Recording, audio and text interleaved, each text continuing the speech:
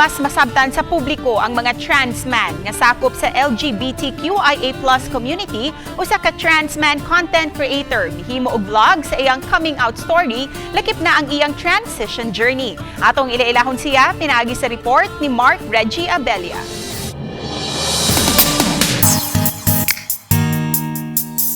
Gikan sa pagkababay, hangtod na nga siya nahimong hingpit nga lalaki. Out and proud nga gisaysay ni Van Vincent Go ang iyang transition story sa iyang mga vlog. Si Van Go usa ka physical therapist ug karon iyang gisud ang kalibutan sa vlogging aron pagedukar sa publiko kabahin sa mga trans man.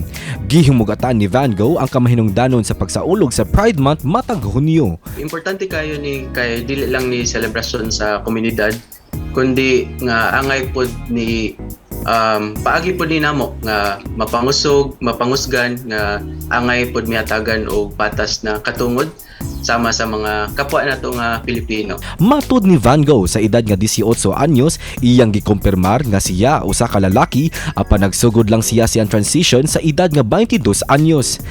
Kani adto, wala na dawat sa iyang inahan ang iyang desisyon apan inanay na siyang gihangop karon sa iyang pamilya. Tambag ni Van Go ngadto sa iyang makaisig ka trans man, Take as much time as you need. Research if you must. Dako jud kayo tabang if mag-research ka and to educate yourself. Ayo lang pagdali.